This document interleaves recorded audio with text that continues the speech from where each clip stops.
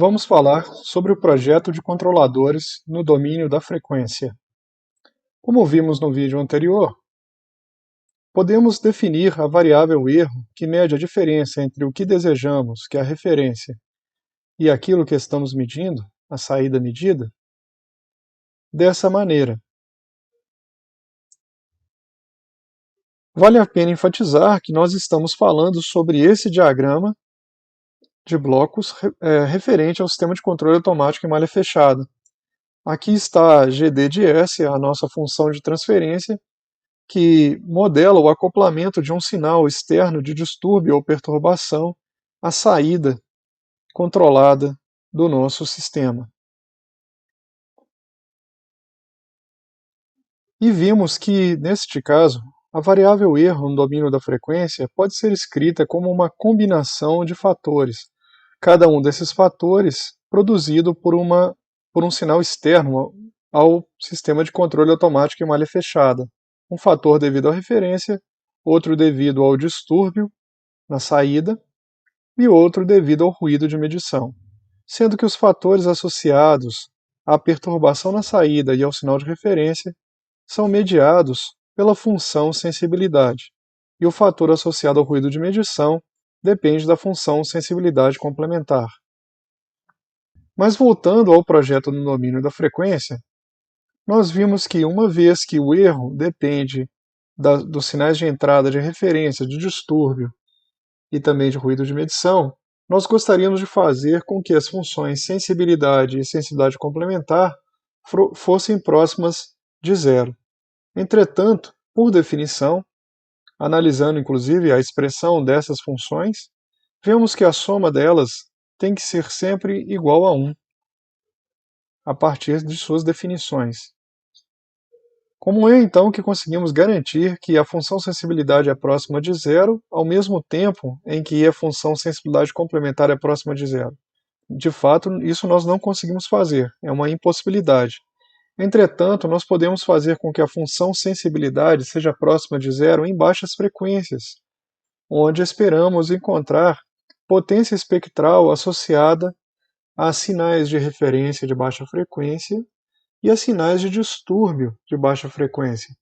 distúrbio ou perturbação na saída. Já podemos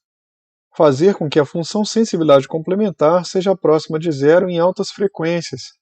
pois em altas frequências esperamos ver potência espectral de ruído de medição significativa. Ou seja, segregando as regiões em que cada uma dessas funções deve ser próxima de zero, nós conseguimos estabelecer ou projetar um sistema de controle automático em malha fechada que seja capaz de atender os nossos requisitos de desempenho. Entretanto, precisamos pensar como estabelecer esses requisitos de desempenho. Já sabendo que o requisito de desempenho para baixas frequências está associado a rastreamento da referência e rejeição de sinais de distúrbio na saída, e os requisitos de alta frequência estão associados à rejeição do ruído de medição. Ao mesmo tempo,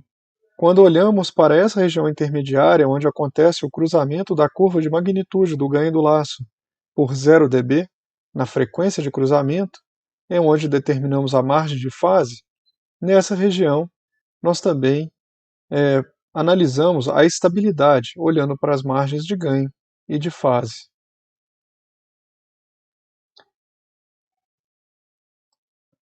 Nosso objetivo é fazer uma conformação da função de transferência do laço,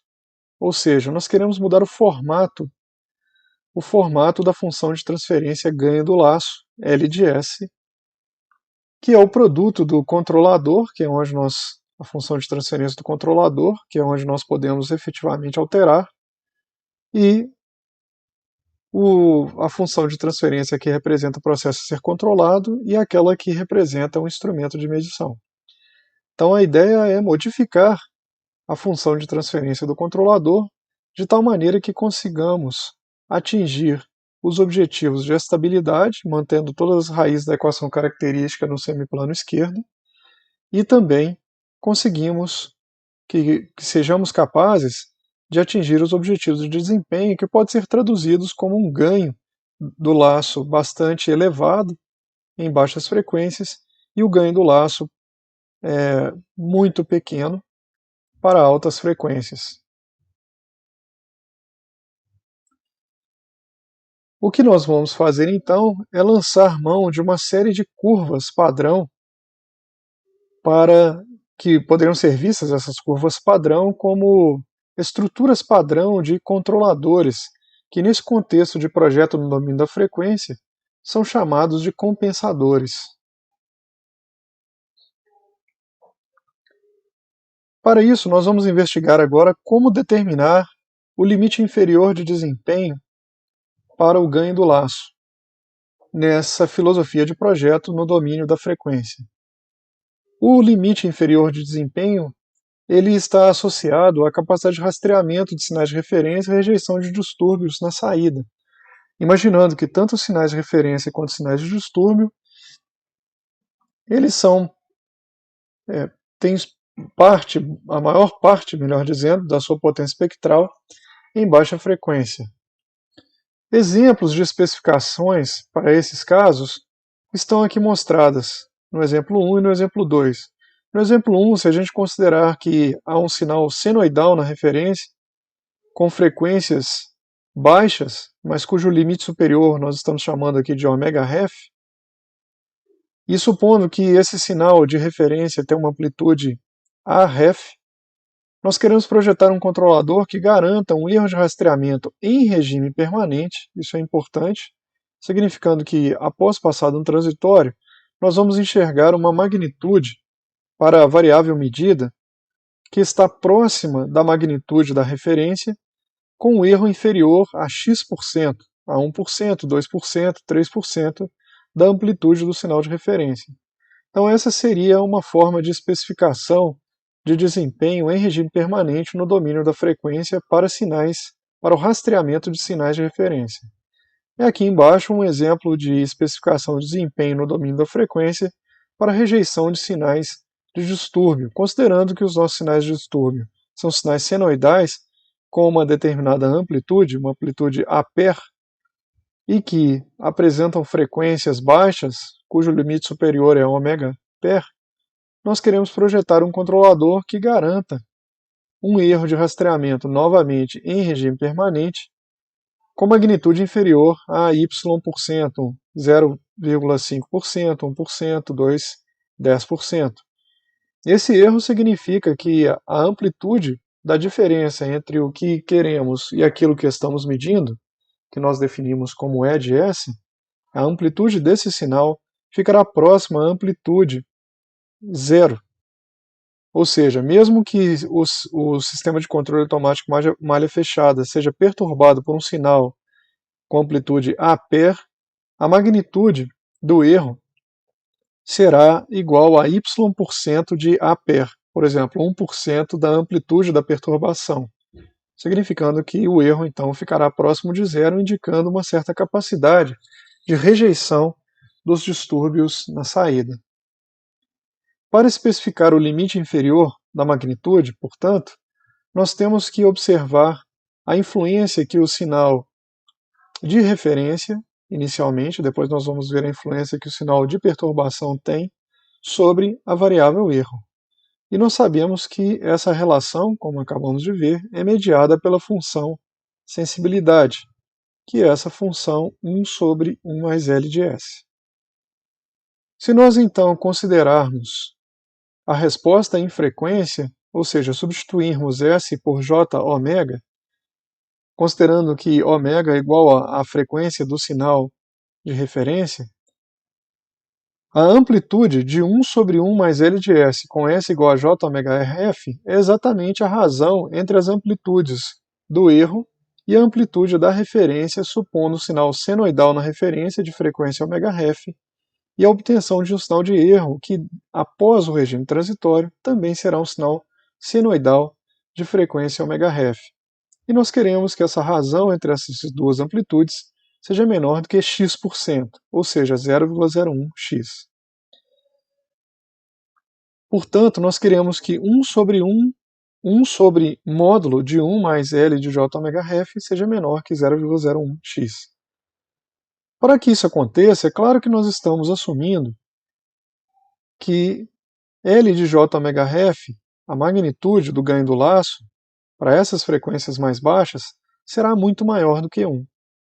Assumindo isso, que é o que nós precisamos fazer, supondo que x é um valor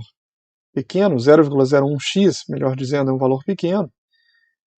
isso significa que 1 sobre o módulo de 1 mais L será aproximadamente igual a 1 sobre o módulo de L. Nós queremos que isso seja menor do que 0,01x, portanto, nós queremos que o módulo de L de J ômega ref seja maior do que o inverso de 0,01x. Ou seja, em decibéis, se nós então calcularmos 20 log na base 10 do lado esquerdo e 20 log 10 do lado direito, nós teremos então essa expressão final. Ela indica então que a magnitude do ganho do laço tem que ser maior do que um certo valor mínimo para todos os valores de frequência menores ou iguais a ômega ref. Além disso, se nós olharmos para algum objetivo de rejeição a perturbações, a gente tem um cálculo bastante parecido.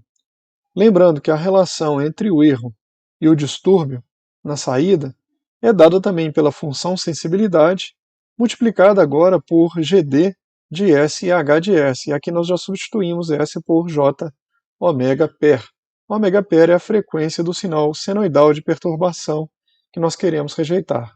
Se nós calculamos então o módulo de E de J ômega per dividido pelo módulo de D de J ômega per, nós estamos fazendo a razão entre as amplitudes do erro e do distúrbio em regime permanente. E nós queremos que essa razão das amplitudes seja menor do que y%. Novamente, para que isso aconteça, a gente espera que a magnitude do ganho do laço seja muito maior do que 1. E nesse caso, portanto, 1 sobre o módulo de 1 mais L será aproximadamente igual a 1 sobre o módulo de L, e nós queremos que isso seja menor do que 0,01y dividido pelo produto dos módulos das funções de transferência associadas ao acoplamento do distúrbio ao sistema de controle automático malha fechada e a função de transferência do medidor. Finalmente, portanto, calculando, melhor dizendo, 20 vezes o logaritmo na base 10 do lado esquerdo e do lado direito dessa desigualdade, isso pode ser feito porque a função logaritmo na base 10 é uma função estritamente crescente, portanto ela não muda a desigualdade, nós conseguimos concluir então, primeiramente, que o módulo de L de J ômega per tem que ser maior do que o produto dos módulos dessas funções de transferência dividido por 0,01. E se nós calculamos a função 20 vezes log na base 10 do lado esquerdo e do lado direito, nós então podemos colocar o menos aqui do lado de fora e invertermos o que está dentro dos parênteses e teremos essa equação final. Essa equação final ela é muito semelhante à equação anterior que nós obtivemos. A principal diferença entre elas é que quando estamos lidando com distúrbio na saída, as funções de transferência GD de S e H de S aparecem aqui no denominador dessa expressão. Com isso, então, analisando esses dois limites associados ao distúrbio na saída e à referência, ao sinal de referência, nós somos capazes de desenhar esse limite inferior no domínio da frequência, onde L mínimo pode ser tomado como o menor valor dentre as duas possibilidades que calculamos antes. Se utilizarmos o menor valor entre esses dois, esse será o nosso valor de L mínimo. E aqui pode ser tanto a frequência da perturbação ou a frequência do sinal de referência.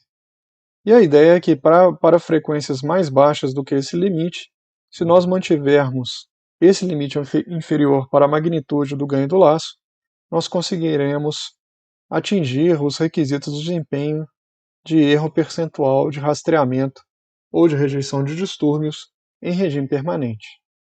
De forma similar, nós também podemos representar um limite superior para a magnitude do ganho do laço, pensando em um requisito de desempenho de rejeição de sinais de ruído de medição. Um exemplo desse tipo de requisito está aqui mostrado. Imagine que nós precisamos montar ou projetar um controlador que garanta um erro de rastreamento em regime permanente com magnitude inferior a uma certa quantidade percentual da amplitude de um sinal de ruído de medição senoidal e que tem frequência maior ou igual, portanto aqui a frequência do ruído, a frequência ωn, será um limite inferior para a frequência. Nesse caso, novamente usando a expressão para o erro em função dos vários sinais, nós sabemos que a relação entre o erro e o ruído de medição é mediada pela função sensibilidade complementar. Aqui nessa equação há um erro, ao invés de R, aqui é N de ruído de medição. O que é a sua relação com o erro é mediado pela função sensibilidade complementar. Da mesma maneira como fizemos antes, se nós analisarmos o módulo de T de S para S igual a J ômega N, nós estaremos de fato analisando a razão entre a amplitude do erro e a amplitude do ruído de medição numa dada frequência específica em regime permanente. E nós queremos que isso seja menor do que 0,01 Z, ou seja, Z%, uma certa quantidade, Z igual a 1, 2, 3, 5%. Como nós queremos que essa razão seja bastante pequena, muito menor do que um número bastante pequeno, ou menor do que um número bastante pequeno, melhor dizendo, isso significa que nós queremos que o módulo de L de J ômega N seja bastante menor do que 1. E aqui há também um erro, porque é a frequência do ruído nesse caso. Ou seja, na frequência do ruído, nós queremos que a magnitude do ganho do laço seja muito menor do que 1. Ora, mas se isso é verdade, isso significa que essa razão será aproximadamente igual ao módulo de L de J ômega N. Então nós queremos que essa magnitude seja, esse módulo seja menor do que 0,01 Z e, portanto, calculando 20 vezes log na base 10, do lado esquerdo e do lado direito, nós chegamos a essa expressão final de determinação de um limite superior. Vejam que a magnitude tem que ser menor do que um certo valor para frequências, aqui está errado também, para frequências de ruído, para frequências que sejam maiores ou iguais a uma dada frequência inferior do ruído. Isso significa o estabelecimento desse limite aqui mostrado na figura, em que o valor de Lmax é esse que nós acabamos de calcular, e aqui está o valor da frequência inferior de ruído. Como nós temos então 0,01 Z, suponha por exemplo que Z igual a 1, 1%, então significa que Lmax seria igual a menos 40, na verdade 10 elevado a menos 2 exatamente, seria portanto menos 40 decibéis, o valor para Z igual a 1%. Isso significa que o ganho do laço em altas frequências ele precisa ficar abaixo desse limite para todas as frequências. Finalmente, isso significa que nós teremos sido capazes de especificar esses dois limites, um limite inferior e um limite superior, para o projeto do nosso controlador via conformação do ganho do laço no domínio da frequência.